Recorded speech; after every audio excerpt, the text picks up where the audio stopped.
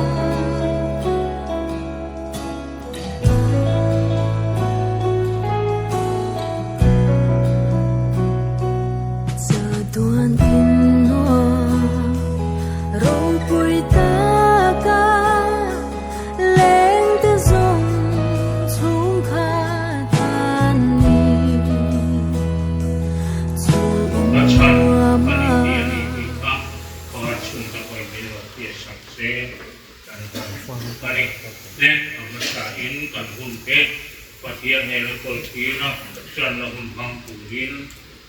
soal jodin sama, kaitan dengan section komite member, langsung.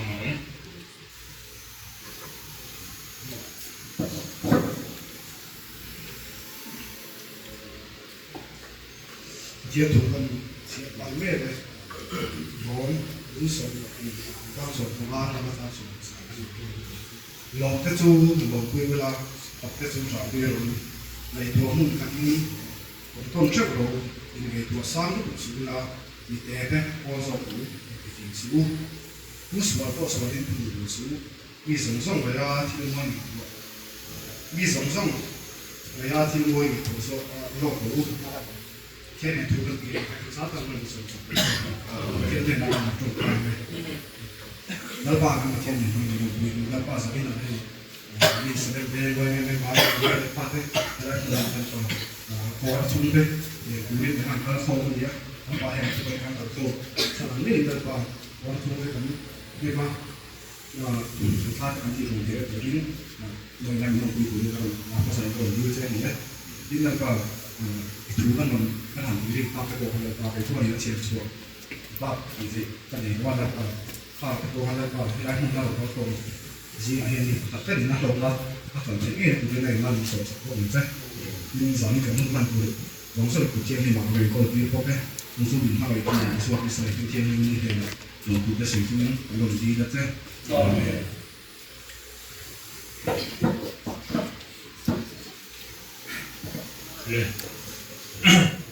Baik, kan pun hang okey, pun chẳng vô này chủ rất là tiền thì tiền sạch bây giờ thì chiết nó hàng to cái sợi hàng thì cần hoàn đuôi mà sợi vẹt cái sự cái chúng chúa những cần chiết to là kia đi thì chẳng vô này từ ôi mà cũng chẳng cái này chiết thì cần mai ôi mà chú là những mà chú cần này cần hồ má thì nó cần là và in hay cần khuôn phú tiền thì cô em đi cái này cô cho xí mà tiền tiền hiến thì tổ cũng phải lắm anh cai về và mà rồi chú ui của cho nó ruột chuồn tiền thì lâu anh này là khu các giờ quỷ ma có sex rồi nó cho nó làm tí đồ nó ra in hay còn khu mỗi tiền cái cô còn cuối tụ cuối một anh này tiền chuồn ui mà cuối tụ cho nó ruột thằng này cuối một thì kan ti body sẽ cần ra feel tu thế cần trang tu thế còn này tiếng thì mỗi em mà rau kuyen này feel phải có cũng nhất cần số yang đây em thế trang thế ngay nó thì là trang thế ngay tu tiền mi về left ai rồi con đi muốn sản xuất ra và quan khi là anh giải lại thì anh phản lại một em thì một anh còn post thì là mi về như thế này có ít cũng anh tham la yan chấm quát khi là anh quý anh giải tha anh hẳn tia thánh hạt chuông khá anh rộn tiếng khá hạt tiếng riêng một con tia gần in xịt gần răng sạc thì mi răng về rong chút ít các tí tế bông thì mà sẽ khá anh đi vết lâu thì cái việc nghe chả lại thì vùng lại nghe một lại các tí đó đi là gần răng spoil gần ngã về lúc cái viên ra còn in sai thì có tổ hay mong rồi có thì cần sẽ phải tạm lúc thà là thì có chả lại thì mà có stone cái là ông về thôi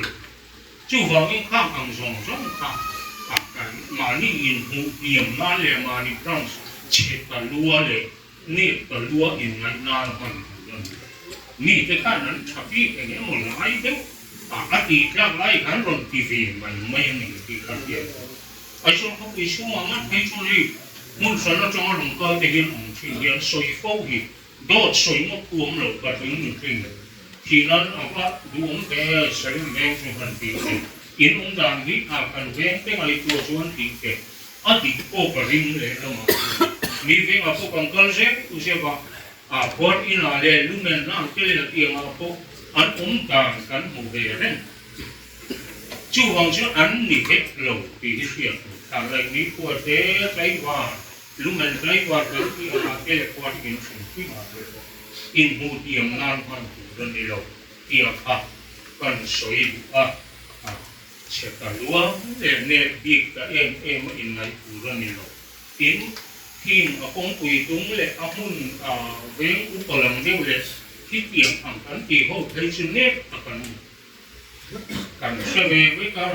thằng nào đi cái con rắn tụi nó nóng lẩu kém cái đó thì cái vui nia ăn chú là chủ dụng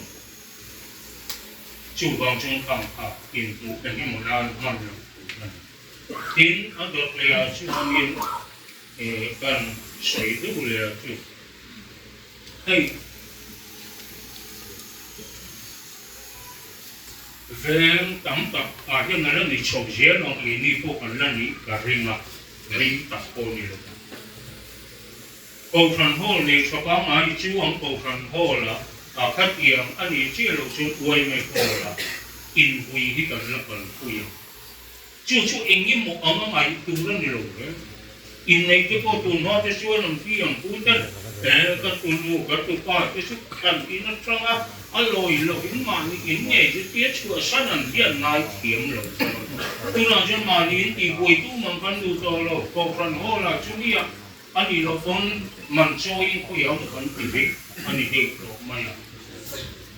chú hoàng dân thì nó có hiện cảnh in nó rồi lúc lâu thì em mà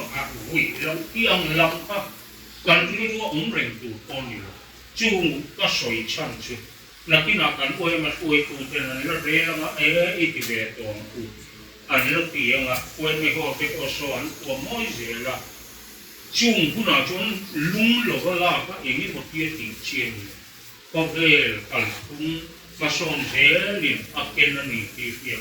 cuốn xiêm lọ cảnh thì đủ thì cái cô các cắn cờ cái lóng thì về cái bên xiêm lọ thế rồi cái là quá tham lấy lọ thì cái cô miếng xoay cung nó sao mà sẽ ăn nhiều rồi chiều cần đầu tiên cả ngày là cái nào cần xoay tu chân là cũng là như này ông chiều ngào cô thì đi uống em là thằng gọi cái chuyện mi te phiêu đàn lệ thì đàn cô cần phiêu cả ngày cần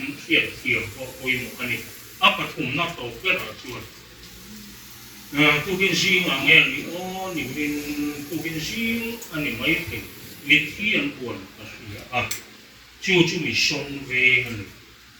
chúa chuyện cái này nghe một cái tiếng stick ở sau cái tiếng sôm nó thì em nghĩ ô nhiễm của mình chúa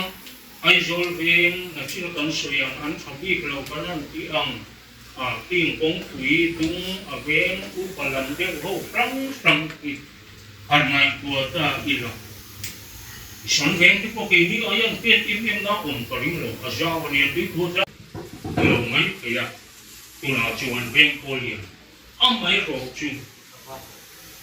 tu vượt thú mà ni lâu sẽ về tham lai tem lụt chùa cũng thành cái tảng chỉ nó có gì in mà ní đặc sa in thì chết đủ vì lâu về là hết tám tất cả ông tu nào có gì cắn thì nó tắm về tu nào hay u bà cô lần lung ôi là bà cô mi nào xòm bà sa đi cắn tòng kia Januari ni kata bulan Chan usaha abora ha kata tangkang kan wan boleh ni get penjual tapi yang kan orang dia pun sama angai loh Ichuan som pasarin ya tu nak tu lo chua ma lo ni la som palian ni an wan tu ikut mai kol ko cumi di lo upakol tu di kan lo se upakol kami ni lo ti re kung kau to mi ko kan ulakan be ma be ma ni in ti chia in ti dum ti mai rui lo wa ma khatiang ka an tam lu ku ban chú mà tiếng nghe viên thăng mê viên mà son tung mà cal mê đà nè mà ní cái nhìn duột lâu đấy in vắt mà thì quy tóc mà đầm đòi thì vắt à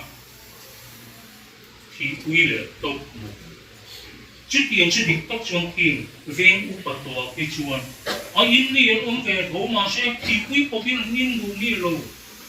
đâm đôi cái mi con ông về ông mà xe chút thì bắt đầu đi đất luôn chú ven lâu còn là ven thằng mẹ ông đàn chú đất chú ăn chăn đi cả cái cảnh bé mà sao chút thì mất cái gì rồi khi xem nó làm ngay coi mới là thay cái bộ thì in phong cho cái bạn khi xem là tăng tiền em vắt cái tiền là vì là càng đâm này mất không thì tập vào chưa một lùm hành kỳ ngót có hi tắm tập hi chú một lùm săn hi lông thủy học hành chú vàng chú anh em cần thi tâm cần về cả giao của anh mình cần tắm thì hi cái cả công vật mà ni cần in đuôi lâu khi xưa nó cần ngay coi một cần in tì lù cần mà mò lâu cần ngày lâu cần in bát lù lem lù chú vàng chú ni cái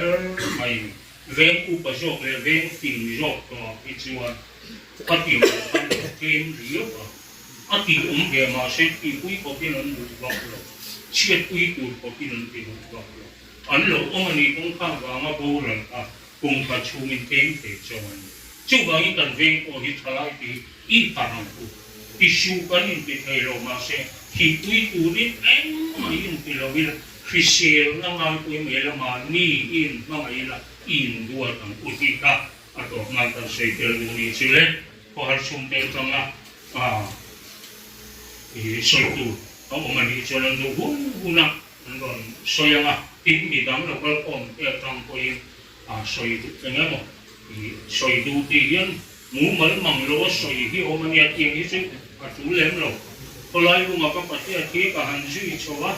anh ơi mấy hôm nào anh còn em đi ta nên một cái lấy sạp uống á ông gì có cái lối làm thua thế em á